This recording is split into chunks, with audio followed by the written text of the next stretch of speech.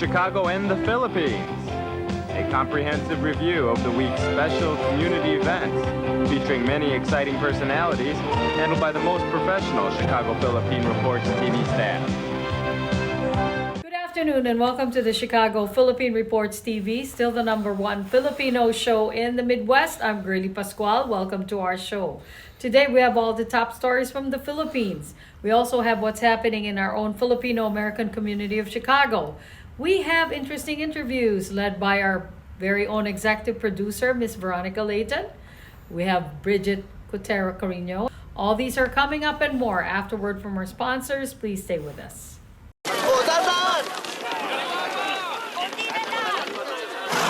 Yan! Dito na! Perfect!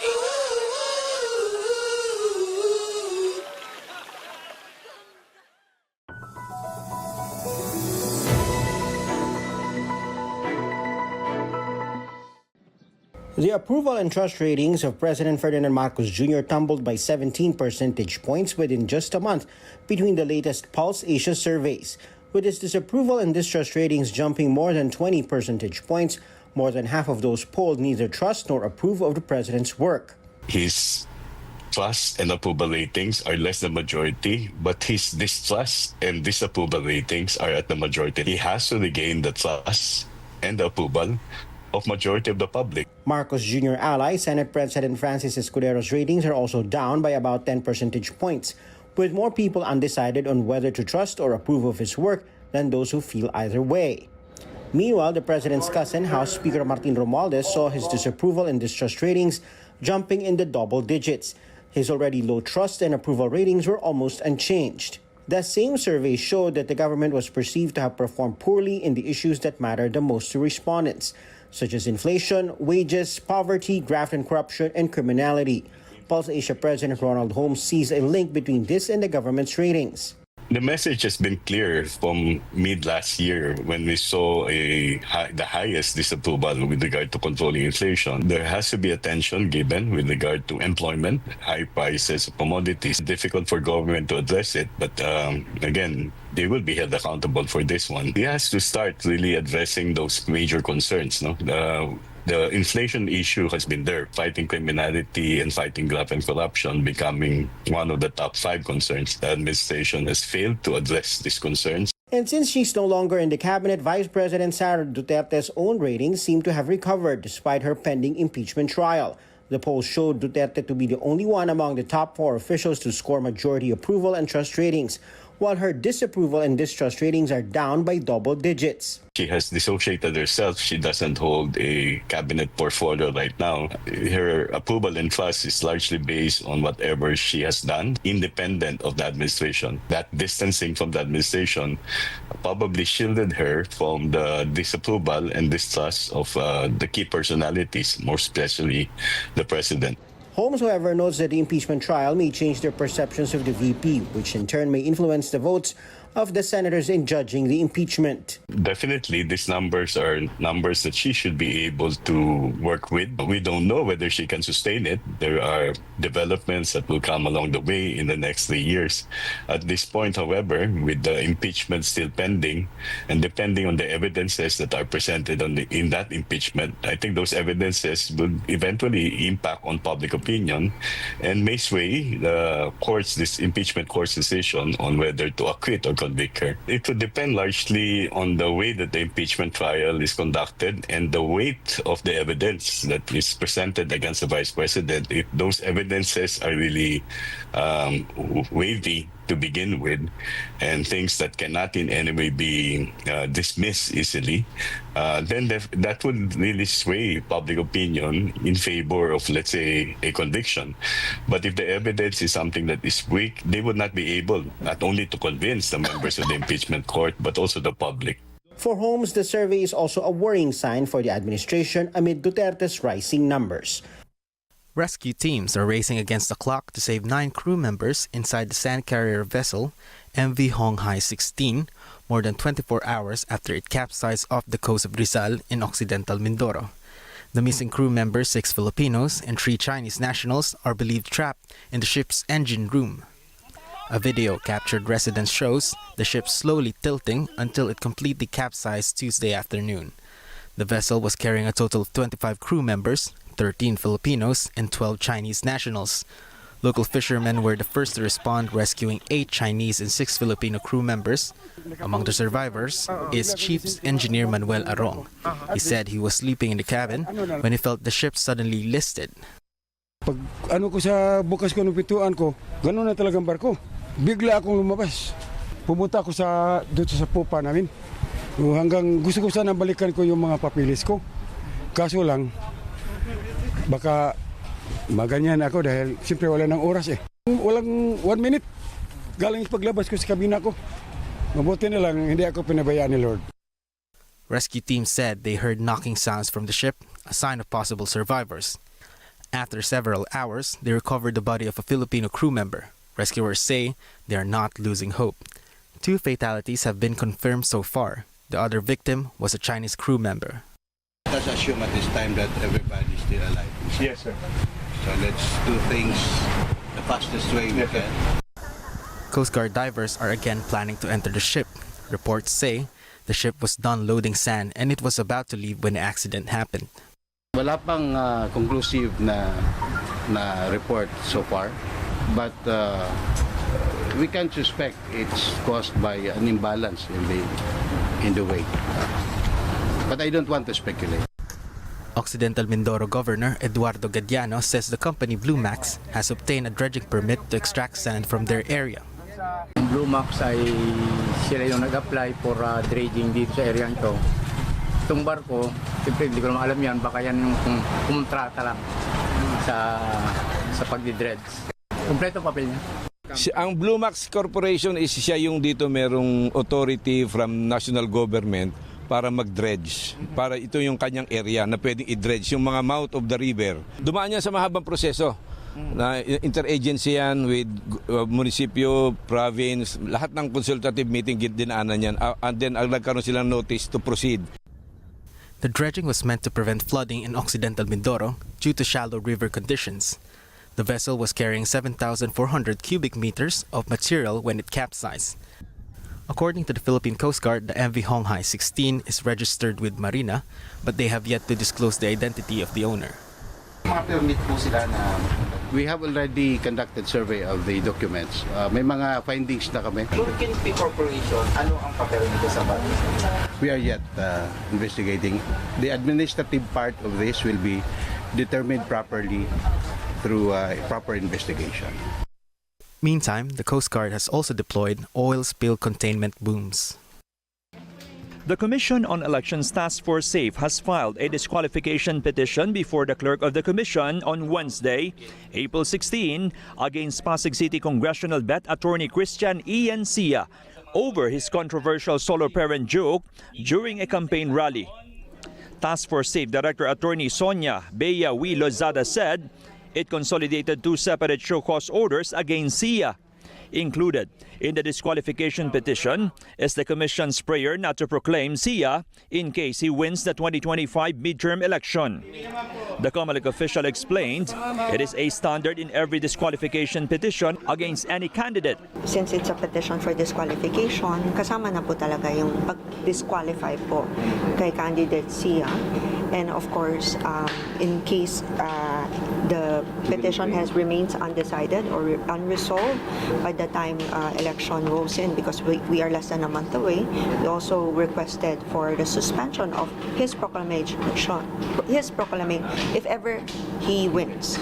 COMELEC spokesperson Attorney John Rex Laudianco says Sia's disqualification petition will be raffled off to a division to determine who will handle the case, which is expected to issue a summons to Sia for him to comment or file his answer to the petition. Laudianco notes a separate verified election complaint filed by a private petitioner will be handled by the Commission's Law Department. Maaari silang umakyat sa Korte Suprema. Ngunit ang rules po ng COMELEC, kung pagkaakyat mo sa Korte Suprema sa loob ng 5 araw ay wala kami natanggap na temporary restraining order, ay i-implement po ng COMELEC ang desisyon. So kung ito ay disqualification, walang TRO. After 5 days ma-promulgate, i-consider po ng COMELEC anumang boto na matatanggap niya as stray votes. At kung sakali man nakuha yung pinakamaraming boto para sa posisyon, maaari pong mag-suspend ng proclamation ang COMELEC. Sia's disqualification case, according to Laudianco, will be a test case of a motu proprio petition on the part of the full body. Sumunod po sa lahat ng COMELEC rules and regulations, sumunod sa election laws dahil kita niyo naman po ang mangyayari. Kung hindi ko po kayo masasampahan ng petition for disqualification, maaari pa po itong manganak at magtuloy sa pagsasampa ng kasong kriminal, election offense. Sia earlier defended his comments, saying his joke was maliciously spun to mislead people on social media. He also blamed the uploader of the viral video. A two-day global stock rally stalled Wednesday as persistent uncertainty and flip-flopping in Trump's trade policies drove investors into safe haven assets like the gold, which hit a fresh record. Today, it's new curbs on Nvidia's chips exports to China, revoking earlier concessions extended to the AI darling. This offset better-than-expected GDP data out of China of 5.4%. Here at home, Philippine shares capped the truncated work week in the red as investors took profit off the table ahead of the Lenten break. The PSE index closed lower at 61.34. It is actually best that they trade the range. So again, there are a lot of negatives, primarily driven by the trade war, and people are waiting for what the result will be after 90 days. And we've been hearing reports and watching the reports that Europe will most likely are already expecting almost the same tariffs. And these concerns will, investors should be able to think what will happen after those 90 days. And that could mean further sell-off in the market. Since April 7, we checked the figures.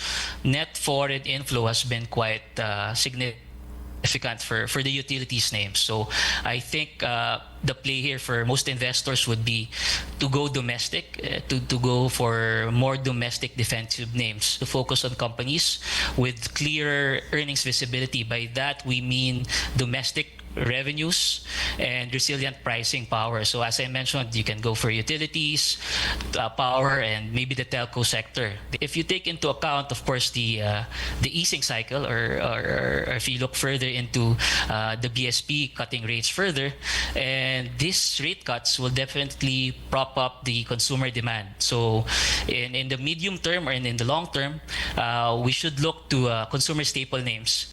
In corporate stories, Injapsia and Tony Tancakyong's Double Dragon is buying 35% of another Injapsia venture, Marymart, for 1.28 billion pesos. That's 48 centavos per share, or the 30-day volume-weighted average price of Marymart. 50% will be paid using Double Dragon shares, also valued using the past 30-day VWAP of 930 each, while the rest will be paid in cash. This values Marymart at approximately 3.65 billion pesos. As a result, Double Dragon will be required to conduct a mandatory tender offer. In other news, SM Offices, a unit of SM Prime, has earmarked 6 billion pesos this year to develop new office towers and workspaces, including 6 Ecom Center, a Grade A office tower in the Mall of Asia complex designed for tech-driven industries and BPO firms. This as it sees strong uptick for its mall-based offices as businesses increasingly move towards mixed-use developments, expand into provincial markets, and seek locations that provide employees with access to recreational amenities. SM Offices is also ramping up its expansion in Cebu and Bacolod, adding over 85,000 square meters of leasable space this year.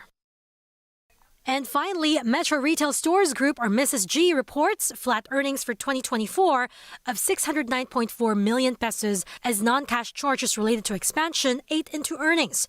Net sales for the year grew 4% to nearly 40 billion, reflecting positive contributions from the firm's ongoing expansion efforts and the solid 5% growth in its food retail business.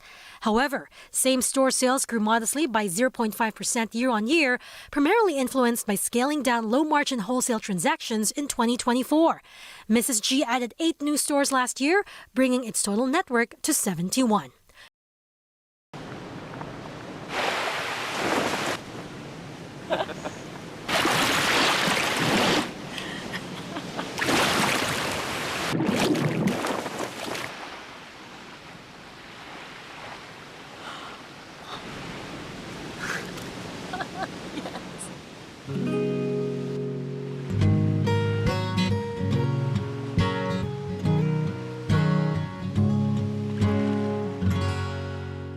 Do you need to get your hands on some extra money right now? Maybe $25,000 or more? If you're a homeowner, now is the perfect time to get cash out. While homes in many neighborhoods like yours have gone up in value, you can use the money for anything. It's yours. You can buy an investment property, pay for college, pay off higher interest debt, or make home improvements. A cash out refinance is the perfect solution to get the cash you need.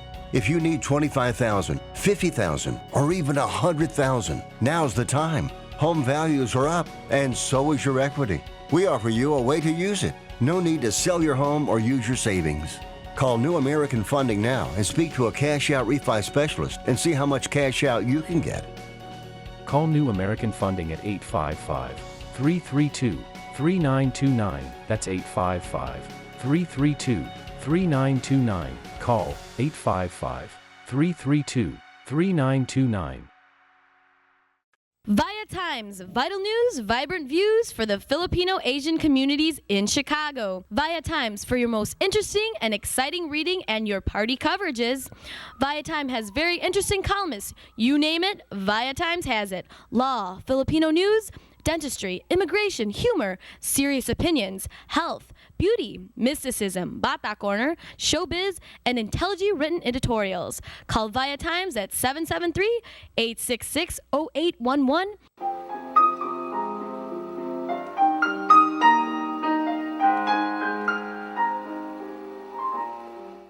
Magandang hapon po sa inyo lahat and welcome to Veronica's segment of the show. Today, I have a very popular, very familiar face on this show. His name is Mr. Ryan Tejero. Mr. Ryan Tejero is a regular columnist of Via Times News Magazine, and he's also writing for other publications with which he's going to tell us about, and also about his interesting projects coming up that he wants to announce on this show. Welcome to our show, Mr. Ryan Tejero. How are you? Well, thank you so much, Tita V. It's good to appear here again in your show. And as usual, I am so excited to bring out the news in our community, just like what you do. You want to inform the public and your followers about what's going on in our community. So thank you for having me today. Well, I want to inform our viewers that Mr. Ryan Tejero, who used to live in Chicago, is now Houston, Texas resident. And of course, he's spreading his wings and his wisdom in that community as usual. Okay, Ryan, first things first. How is Houston, Texas, the Filipino population right now there? Well, it's growing, and I think just like anywhere else, we are a vibrant community here in Houston, and the Filipino Americans are really doing a great job in making sure that they have programs and projects that benefit the mainstream. So I'm happy that I belong to a vibrant Filipino American community here. So, can you please tell us the particular work that you are doing there right now? Well, here in Houston, I'm so blessed with a beautiful job, a very rewarding job. I work as a social worker, as a service coordinator at the Harris Center for Mental Health and IDD. It's the biggest mental health and IDD agency in the state of Texas. And of course, we work with families with special population, people with mental health issues, and also with developmental delay. So I'm very loving of the job and of the work that I do here in Houston. But of course, on the side, just like what you mentioned earlier, I also do some community volunteer jobs. I am also an editor-in-chief here. I am a member of Lions Club, and also I am involved in the University of the Philippines Alumni Association in America. So lots of things to do. Wow. Sounds like our Chicago community out there, huh? Yes, yes, ma'am. Going on. All right, very good. Okay.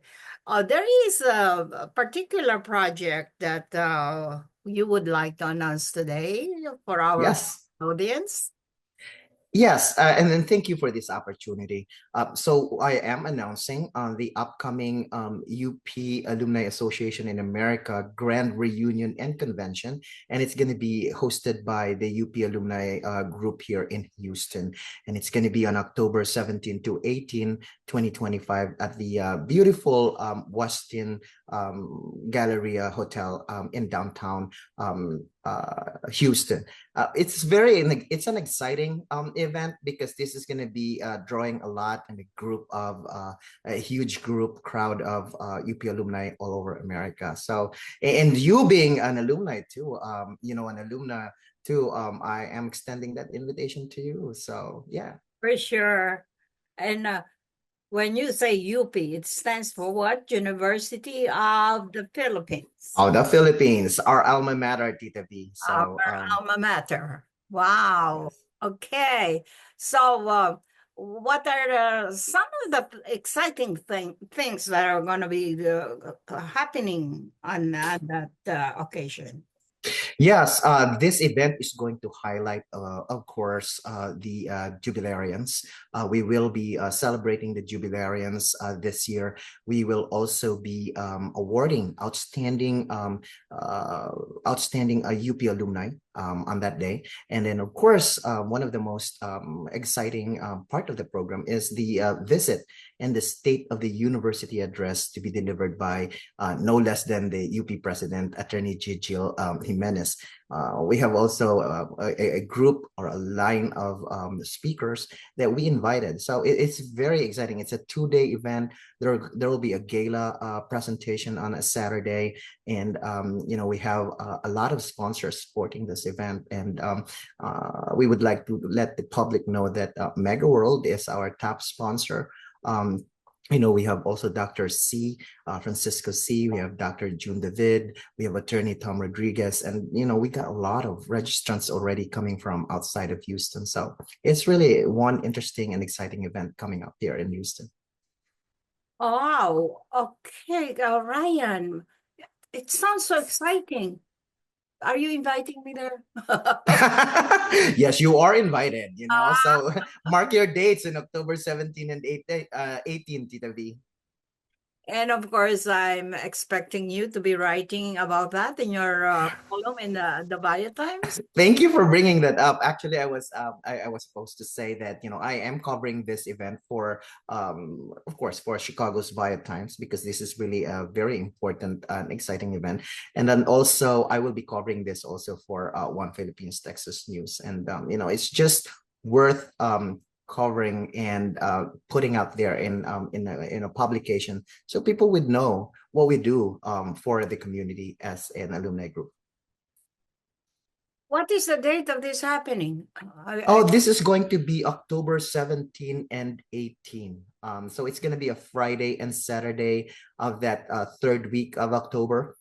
So if you guys are planning to attend, like the alumni out there, please come on a Thursday evening, so that way you will enjoy the full day of a Friday. And then also please try to schedule to leave on a Monday, so that way you can also visit the beautiful places and tourist spots here in Houston, like the NASA, for example, or Kima Boardwalk, or Galveston, for example, and also just to go around and explore the city of Houston. It's beautiful. It's a beautiful city.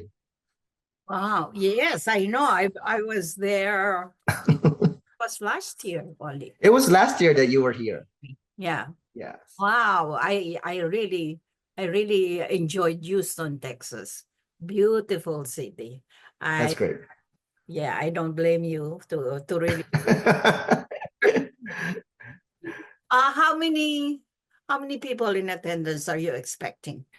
Well, we are expecting over like 350 people for this event. And we kind of like reserved for a bigger spot just because, we are anticipating a lot of out of towners who are coming here. And the number is increasing. The number of registrants is increasing on a weekly basis. And it's so exciting to see people from Arizona, people from Nevada, people from as far as like San Diego and San Francisco registering for this event. Of course, a whole bunch from the East Coast, like New York and New Jersey. It sounds so exciting. I think I'm being tempted to attend. You still have plenty of time, Tita B, so you could prepare and you could plan and Oh my goodness. All right. Let me see. In October, what date in October? 17 and 18. It's gonna be a Friday and Saturday. Great. Terrific. All right. What else, Ryan? What else do you want to talk about in this interview? Well, I am excited to talk about the autism awareness initiative that we are doing here in Houston, and this is in partnership with the Royal Oaks Houston Lions Club that I am a member of just recently. Autism is a very popular, type of condition that affects a lot of children and families. And so me being part of a mental health agency and IDD agency, I want to share some free programs like grant programs that would benefit this special population. And so I'm excited to partner with the Lions Club. I am introducing the grant programs that we are running, like the free ABA therapy for 90 days, for example, and also the free specialized equipment for children with autism. And so I'm inviting the public to, like, if you live in Harris County in Houston, reach out to me, and I can help you by giving you very good referrals on the programs that would benefit your child or your family. Great. Terrific. Thank you so much, Ryan. I thank you for gracing our show today. And I know you're a very busy person out there. Thank you for giving us your time. And at maraming salamat sa iyo. Sa iyong what do you call that? Pagtulong.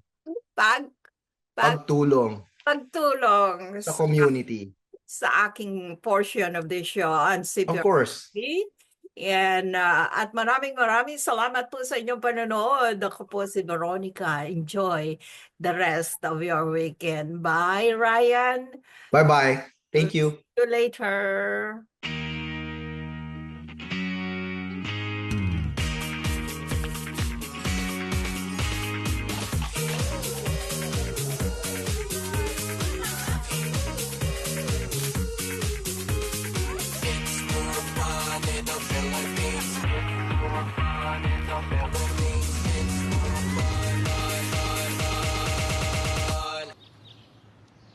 It's more fun in the Philippines. Magandang hapon po sa inyo lahat and welcome to Veronica's segment of the show. Today, I have a very interesting and very popular, respected and renowned individual in our community. This woman is really very interesting, and she has been doing a lot of work in humanitarian contributions through medical mission. Her name is Miss Nora Chai. Do you know her? It's very Good afternoon, people. Good afternoon, Vero. Hi, Nora. Welcome to our show. Thank you for this. You have been around the community, the Filipino-American community of Chicago, and you are really doing a wonderful work out there serving the community. Thank you. And that work is as a medical missionary. Ms. Nora has been doing medical missionary work through the years. And let's hear from her because she's on her way to to retirement, she's saying, and through all this work. Hi, Nora. Welcome to our Hi, show. Rose. Hi, Cprtv. Thank you for giving me this privilege to be interviewed about our project in the Philippines. Yes, Thank I'm you. very thankful that you are gracing our show today. Nora, okay, can you please share with us some of the exciting and interesting experiences that you've done through medical mission? Well, actually, this dream of being able to help marginalized kababayans started when after graduation, I worked at the USC Charity Hospital in the pediatric section of the hospital. And I saw the poverty and the need of the people because they didn't have money to cover the expenses in the hospital. And I promised that if I will be lucky in the future to have the kind of funding, I'll be able to help them. And that's how it began. My commitment with the Philippine Medical Association of Chicago started in 2005. So that would be 25 years. So I've been joining their mission through the years. And then, of course, I adapted other projects and we did outreach projects with my family members on a smaller scale. And it just, I guess, got bigger, better, and more fulfilling for the family.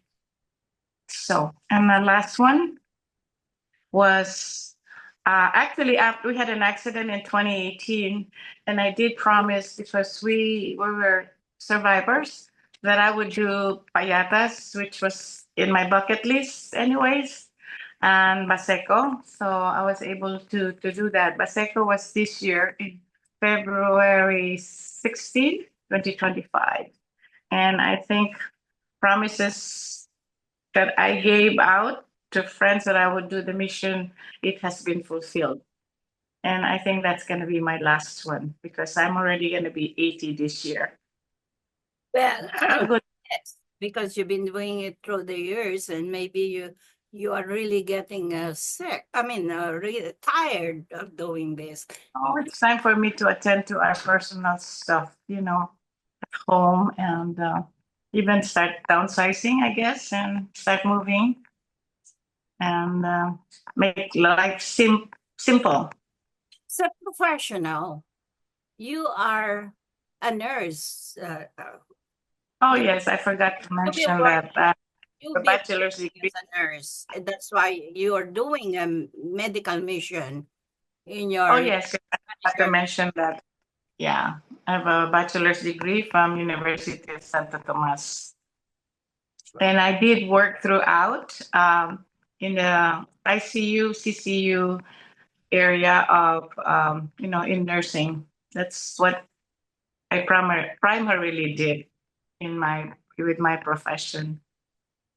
Anyways, but then I sort of just joined the registry when I married Fred, so I was just registry or part-time through the years, maybe like working 2 days a week or once a week just to keep my license in order. All right. And so out of your retirement is when you thought of doing this philanthropic work actually. And and this is just for the Philippines or what? Have you done other countries for your medical missions? Not really. I was going to join the Bolivia group, but for some reason it did not happen. But my heart also was if I have to go to another country, I would rather go to the Philippines and touch different areas in the Philippines because we really, really need help. I mean, the people do need help as far as medical, surgical, even dental, even as simple as circumcision. There's just so much that the Filipino people can benefit from doing the mission in our country. I think you're still young to retire from what you're doing. Veronica, I'm gonna be 80 this year. You're still young. Yeah, look at you. You still look so pretty. We will still continue to contribute, participate, but nothing big anymore because this last one was actually our Thai medical, dental, and surgical mission, and it was really, you know, it was successful and it was really big. But I was lucky because we had a lot of good, dynamic donors and volunteers. So I couldn't have done it without them anyway. So it was really very fulfilling and a good experience, a very good experience for the family members who joined us, which is our children and grandchildren. Yeah, you also So. your children and in-laws, right? Yes, yes, yes. Even our 4 years old was distributing goods, and she was just became a different person. She's usually throw a temper tantrum, but in the mission, none of that. She was going around distributing goodies, snacks, loaf of bread. She was just simply happy doing it. And she asked me if I'm gonna do the mission again. Not not that she knows what mission really means, but she did ask me if we can do it again. That's So very nice. A very good example to show your children and grandchildren how to help other people. And yeah, I hope so. I hope so. you have mentioned a little That they while. will continue that. Very good. So, anyways, yeah, it is a good feeling that you know. Actually, the I always say the phrase, and Brian actually wrote it down in the book that they wrote for about the mission, and I would summarize it by saying, this mission, even if you do the medical, giving the medicines, or well, the dental, which is good, but the surgical is more of a life-changing procedure for the kids because of the cleft lip or upper palate or removal of the tumor. And the goods distribution for me is actually just temporary in the sense that you just give them a good day for one day. And I always say it's like a speck of light that we are able to give to our kababayans because their lives they're living is dark. They're in the dark. And but for the people, they really what do you call it? A yearning for like food. So that one day doing the goods distribution is like fiesta for them. And to me, it's a speck of light that I give them to those lives who are in the dark. A lot of the children even go through garbage to look for food. So when you give them something good, like even simple carne norte, they'd say, sarap lola, kasi mas masarap kaysa sa basura. That I was told to me by a girl, and I always remember that. Okay. You were talking earlier about these places that you went to, the Baseco and the Payatas. Can you please explain to our viewing audience what these places are in the Philippines? Okay, make it quick. Payatas is known as the Smoky Mountain. Payatas was a garbage dump, and it became so huge, like, well, it's like a mountain or mountain hill. And a lot of the people do live on the base of the garbage, or most of them would live on top of the garbage because that is their source of livelihood.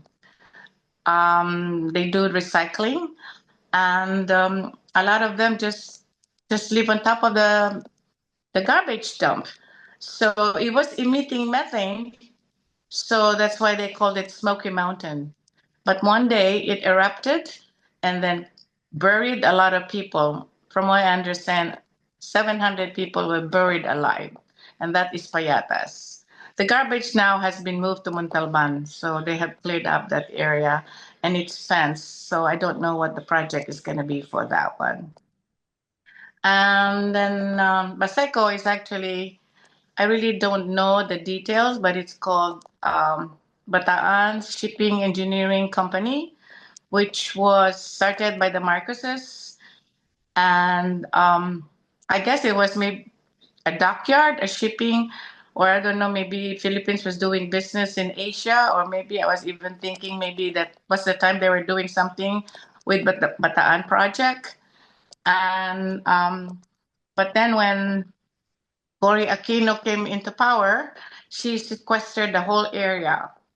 Then eventually, when the time for former President GMA, she sequestered, I'm sorry, Cory Aquino sequestered, and then GMA took it back and then opened up the area for our kababayans to be able to reside there. I guess I don't want to use the word squatter, but they were allowed to live there, for free.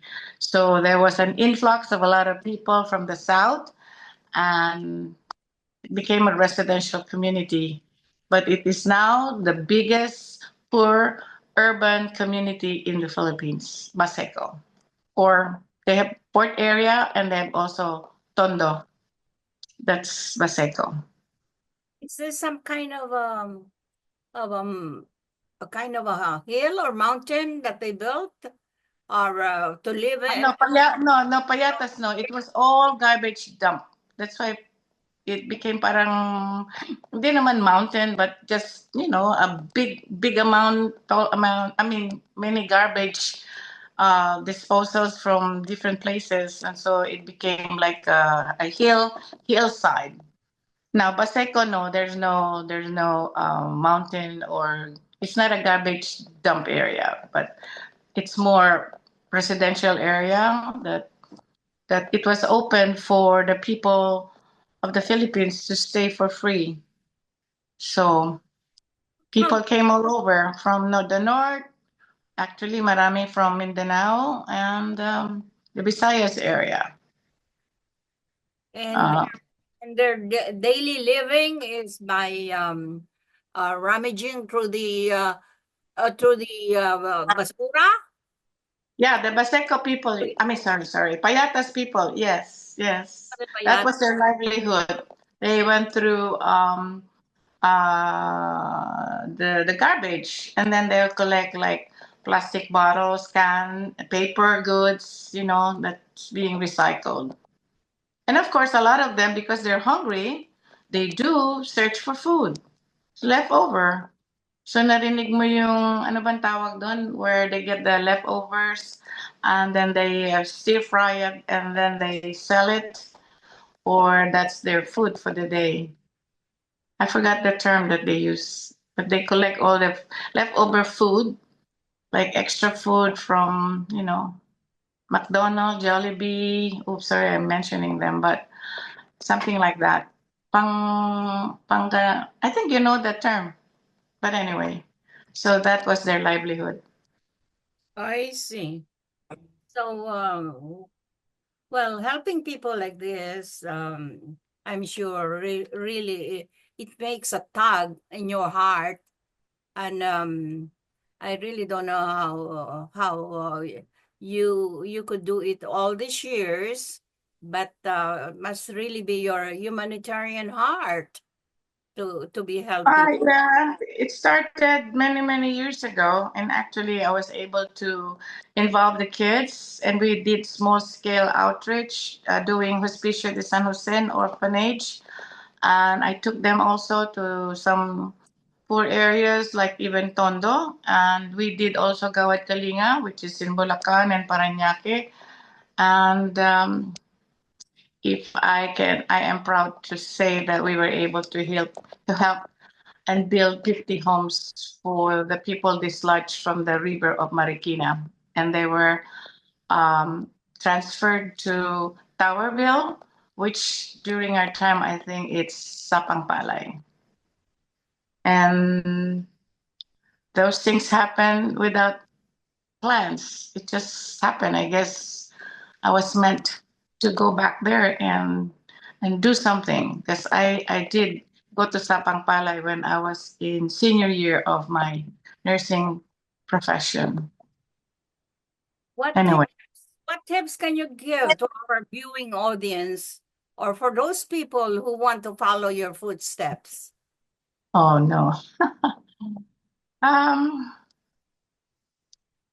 Many times I also say, what am I doing here? You know, when you do this charity work in the Philippines, it's like I've asked myself too, what is the government doing about this? You know, but if you really look around, even the United States, we do encounter homeless people. So putting that aside, I just thought I will just do the best I can to be able to make a difference in someone's life. Never mind about politics, government, or whoever. That is my personal agenda with Fred and my family.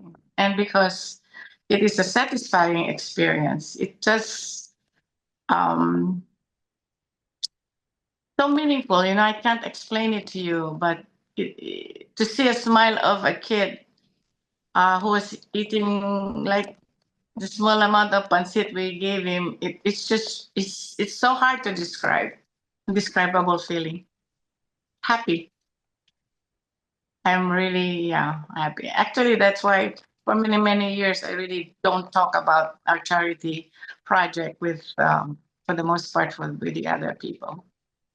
Well, I just want to do it as I call that, diba, we have purpose in our lives, you know. And when we had an accident, I think something was telling me that I have to give back more because we survived and we are alive. So. All right, very good. Dora, I know you're Yes, ma'am. I thank you for gracing our show today. So we're running out of time. And I congratulate you for doing the good deed that you're doing for the people of our community in the Philippines. And also, I've heard that you're going to be the recipient of the Humanitarian Award in this upcoming. I don't know about that. I don't know if I will qualify. It's Congratulations. okay. Reward or no reward, I will continue. I want to tell our viewing audience that Nora was a recipient of our the Viatime Cprtv Hall of Fame twice already. And the last one was she was the Woman of the Year for the Chicago Filipino Asian American Hall of Fame. All right, Nora, good luck to you and congratulations. Thank you for your friendship. Thank you. I'll see you soon. And more blessings for the coming years for you. More blessings for all of us. God bless. Thank you. This is a prayer and a reminder. All we have is now. Anak, umuwi ka na.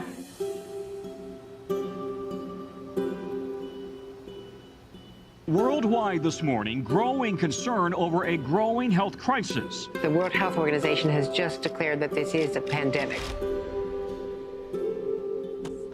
Hi. I can't hug you. Don't touch me.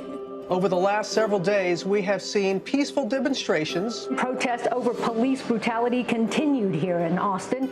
Remember when you started going to college? You came home a liberal? Dad, please. That's what we do to you guys in this court. All these people that we never met and never will meet because of what had happened to them. It's just too much. The way that our family communicates is not necessarily, it's not great. What advice would you give for those of us that are struggling? Deal with it. Yeah.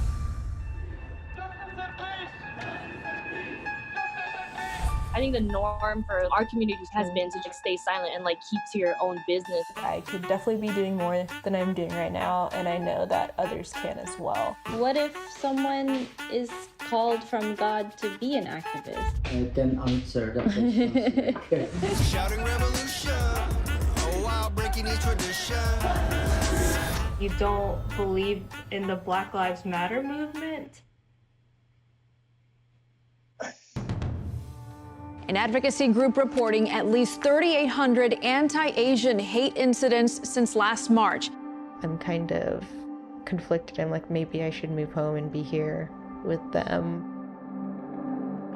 I hope that this moment makes you take a step forward and a step together in the right direction.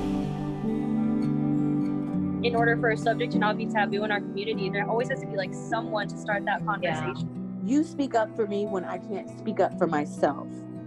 And I've seen you do that for other people. I see a lot of people who just kind of cut off friends and family, and I don't think I can do that. I love my parents. This is a symbol of our voices. If you look at your neighbors around you, you will see who stands with you, who stands for you. At least I know that you can stand up. That's the thing I'm so happy about.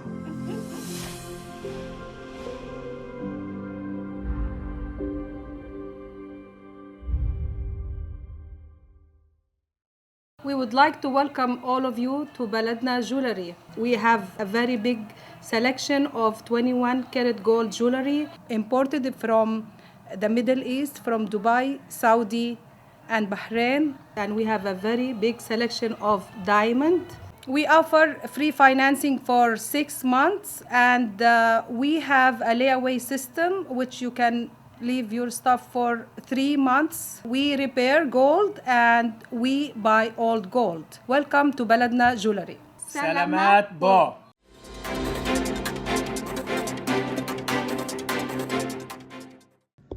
Good afternoon. This is Bridget Carino-Quetter bringing you this week's local news from our community.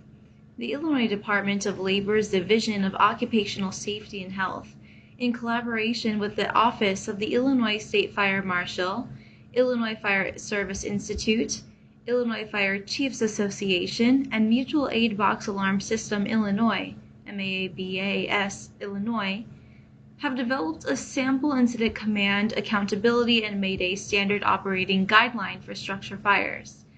While Illinois OSHA requires fire departments that perform interior firefighting to have an incident command, accountability, and Mayday policy, Illinois OSHA does not require use of this specific SOG.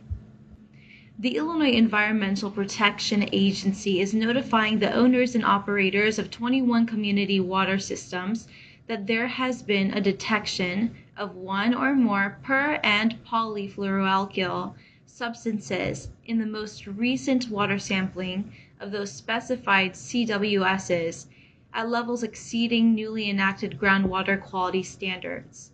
The Illinois EPA is also notifying owners and operators of 26 connected CWSs that obtain water from CWSs that had one or more PFAS exceedances. Existing state right-to-know laws require a CWS to notify all end users when groundwater contamination poses a threat of exposure to the public above the Class 1 groundwater quality standards. This law establishes methods of notification and strict timeframes for providing notice. The Illinois Department of Public Health has released its updated Illinois school vaccination coverage dashboard. The updated dashboard includes data from the current 2024 to 2025 school year. The interactive platform provides valuable insight into statewide, county, and school district vaccination trends, using publicly available data collected by the Illinois State Board of Education, ISBE, providing Illinois residents with access to real-time data to guide their medical decision-making is a critical IDPH priority, said IDPH Director Dr. Samir Vora. The updated school vaccination dashboard now allows parents and caregivers to review the latest vaccination trends in their local school districts. As a pediatrician, I know how important vaccinations are for protecting children from preventable illnesses. As measles outbreaks spread through various parts of the United States, it is now more important than ever to make sure you and your family members are up to date with all age-appropriate immunizations. As HFS celebrates Medicaid Awareness Month in April, the department is reflecting on how the Vital Healthcare program has evolved and improved the lives of millions of Illinoisans. As Medicaid marks its 60th anniversary in April, the Illinois Department of Healthcare and Family Services is celebrating the program's 6 decades of high-quality healthcare coverage and Medicaid's position as the backbone of Illinois' healthcare landscape. Medicaid provides a wide range of essential healthcare services to roughly 3.4 million people in Illinois, or roughly 1 in 4 Illinois residents. Illinois Medicaid is the largest health insurer in the state, providing coverage to people and supporting the healthcare infrastructure in every region of Illinois. Now is a time to preserve and protect Medicaid in the face of federal congressional proposals that would do just the opposite. On the 60th anniversary of Medicaid, I am reflecting upon the millions of working families across Illinois that depend on these life-saving services, said Governor J.B. Pritzker. Chronic wasting disease, or CWD, has been detected in Putnam, Marshall, Adams, and Peoria counties, expanding the geographic presence of the disease in free-ranging deer populations in northern Illinois, the Illinois Department of Natural Resources announced. Adams County is the first documented case recorded outside of the leading edge of the CWD endemic region. CWD is an always fatal neurological disease that affects the long-term health of white-tailed deer in Illinois.